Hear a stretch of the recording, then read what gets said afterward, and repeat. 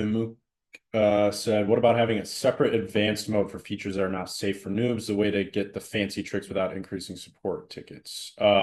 Yeah, I think there's a lot we can do in terms of advanced features. I don't know if you guys were around for this, but we used to have an alpha UI that people in the community could use if you wanted early access to features. But it ended up with not very many people actually using the alpha UI, or there were kind of two different eras of the alpha UI. There was a moment where too many people were using it, and people that weren't ready for something like an alpha UI. So, users who, were just kind of casually using the platform ultimately ended up on the alpha UI. And then they were confused why there were so many issues, but they were using the alpha UI. Then we told people to go to production, and then kind of almost too many people went to production. So then we didn't have enough people on the alpha UI to even make sense to maintain two UIs. So we ultimately just decided to have a private alpha UI and make that available, just to the internal team so that we can test stuff in private and then release them to production when they're more refined. And then obviously you guys know that the approach has become, we test stuff in private in the alpha UI, and then we push stuff to production when we've, made a bunch of bug changes and fixes. And then you guys can make more, feedback requests based on that, which ultimately allows us to push updates a lot faster because you guys become, the entire production user base becomes our alpha UI testers. So, while that might lead to, some more users facing bugs than most people are accustomed to, I think it does lead to faster updates and faster fixes on our end. So I'm pretty happy with how things have been in terms of, that change. I don't plan to change it anytime soon. Joel, you said you had a call with Starkers and you have some ideas for making everything more win-win. Would love to brainstorm. Yeah, feel free to DM me. Pass just outpace everyone with development, move fast in the rest of them. Yeah, I think Inleo has always proven to push development as fast as we can.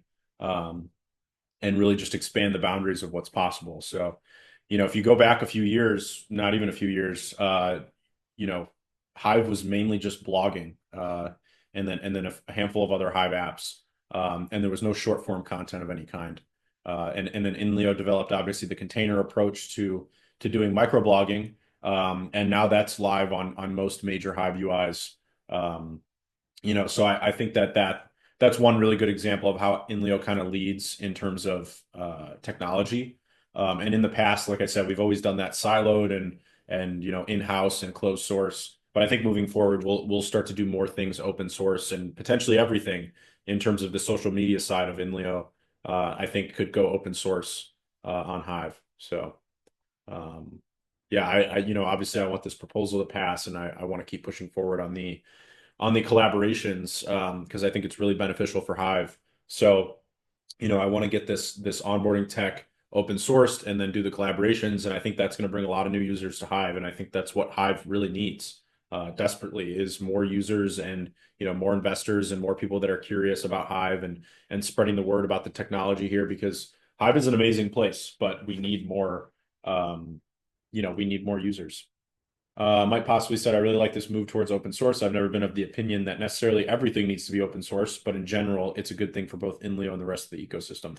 Yeah, you know, I think, and here's my thesis about open source and why Inleo has been closed source, for the past 6 years since we, started. I had a vision for what Leo would become one day. And in my opinion, especially in the early days when things were very fluid, you need a kind of central driving force that has a singular vision and can ignore what everybody else says and just push toward that vision. So when things are small, sometimes being centralized and being closed source is a better path to getting to that closer to that end state. But as things evolve and grow and change, becoming open source can make a lot of sense. And in terms of making a lot of sense, like, by open sourcing, we invite other Hive developers to contribute. We also, allow our technology to get implemented on other Hive UIs and potentially improved by those other Hive UIs. And then we, as the open source, maintainers, can look at what they're doing, and then we can implement it on our, on the main branch of the code base. And then everything kind of progresses forward because everyone's contributing, everyone's using it in different ways. Everyone's learning from each other. So you're seeing a lot of that happen in the AI space, broadly speaking, with open source movements. with Llama, and with, DeepSeek, people are learning from each other and working together in this open source environment. So I agree, and I think that Inleo has reached a point now where open sourcing makes a lot of sense, where it didn't make that much sense in the past, because we needed to get to a point where the vision was, kind of more solidified. And I think we are at that point. Like I think Inleo's vision in terms of, building project, like you guys remember a day when I know a lot of you guys were here for this, when Project Blank was just like this idea, and it was just like, one day, that's why it was called Project Blank, because I think so many people didn't believe that we would actually deliver it. It was just this thing that we kept talking about. We're going to build a decentralized Twitter. We talked about it for almost, I think, 18 months. And most people just literally didn't believe in it. So, the joke was Project Blank. We're working on it. And I think what happened was, we developed it obviously in-house, closed source. Most people didn't believe in us, and then we delivered. And I think the Inleo team has proven that no matter what happens, ups, downs, people hitting us from all angles, we deliver at the end of the day. Over promise and over deliver has always been my, modus operandi. It's what matters most to me. So so we'll just continue to keep pushing forward no matter what. And I think you guys know that. But yeah, I agree with Mike possibly. Like I think open sourcing makes a ton of sense now. It didn't necessarily make sense in the past. Yeah, I'm on manga. While I also don't believe everything should be open source, I still think an open source project could have a centralized main branch that doesn't necessarily take user suggestion in the updates. Anyone who sees things differently can just fork it. Yeah, I agree. I think, a mixture of taking in feedback but not letting people distract you from your goal is really important. So yeah, it is vital to be able to maintain your vision but also be able to build. And I think we've reached a good point where um, you know, I think we've reached a good point where that vision is pretty solidified. So now that we're, solidly where we want to be, we can open source things and continue to innovate. But we can do so in a more open, public and collaborative environment for the broader Hive space. So, I'm excited to see like when we open source the way that shorts work, for example, or open source premium or open source, the stats or open source dashboard or the caching out stuff, like all of this stuff going open source over time can get really interesting if other people come up with cool use cases for it. And I talked about this in a blog post you guys can find on the Leo Finance account.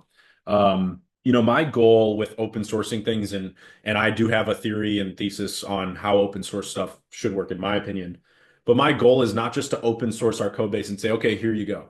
My goal is to create finalized products that other people can integrate on Hive. So, it's not just, and then you'll see this with the onboarding. So, as part of the DHF proposal we have, we're not just open sourcing the onboarding code and saying, okay, here's the code, do with it what you want. We are doing that. We're open sourcing the code and saying, do with it what you want. But in addition to that, we're creating plug and play API calls that any UI can literally just take and have a low bandwidth way of integrating these login methods like Keystore, for example, without needing any coding. Like the only coding they'll need to do is their front end to make a UI for it. But outside of that, all the hard part is handled by the API that we build. So, my interest is not in building, half-baked products, which I think is a problem in open source. Like people tend to like, get the football 80% down the field, and then they just drop it and they say, okay, here, now you guys run with it. And I don't really necessarily believe in that approach that much. I would much rather, my team have an approach where we build the code the way we see fit. We build an end product that's actually usable and has product market fit. And then we take that and we build, we release it open source so people can do with it what they want. But then we also make plug and play API calls where other UIs can just say, you know what? I really like what you guys have built. I don't want to customize it other than on the front end. I just want to take it and be able to run with it in a day. And the API calls allow for that. It's a finalized product that you can just take and put in your own shop. It's not something where you have to take the raw materials and make it yourself. So I think it's a really I think it's a much better approach, at least in my opinion and for my goals in the Hive world and broadly speaking. Ben has said, let me host Inleo locally. Yeah, this proposal going through and going well and us open sourcing the onboarding tech leads us down a path where we open source the entire Inleo social media side of things. And if you did want to run Inleo locally, you'd be able to. Um, and then obviously it would all kind of derive value back to Leo and Hive. So yeah, I could see it. I can see a future where the UI becomes fully open source. Obviously, it starts with this proposal passing and doing well. So that's my currently that's my number one focus is open source the onboarding technology, get the proposal passed, and do these collaborations so that we can onboard a bunch of users, and then over time open source more parts of Inleo. Lord Shaw said, does Inleo share APIs publicly? We have some APIs that are publicly available, and there's been some cool. This was actually a driving force in me changing my mind a little bit when it comes to open source. Is some people have come up with really cool implementations using some of the APIs we have public. For example, like might possibly in a mod manga have done some cool stuff with those APIs. For example, around premium, and creator subs and being able to offer, exclusive features, for example, if you subscribe to them. And that was my vision with creator subs is like, can we make a lot of really interesting use cases around private access, encrypted content, et cetera. And we've seen some cool use cases, and I want to see that grow more. Again, another thing that I would love to open source to the broader Hive ecosystem, and then Peak D, Ecency, and some of these other UIs can have things like encrypted content for subscribers only. Again, we come up with these really funny ideas, and then you guys attach cool names to them. And for example, like Project Blank, and then we also had only Leos. So, when I first started talking about the encrypted content on chain, you guys, said, so it's like OnlyFans, but on Leo. And you were right. Now you can do private content on chain. Obviously we called it creator subscriptions, not only Leos. Just like how Project Blank turned into Inleo.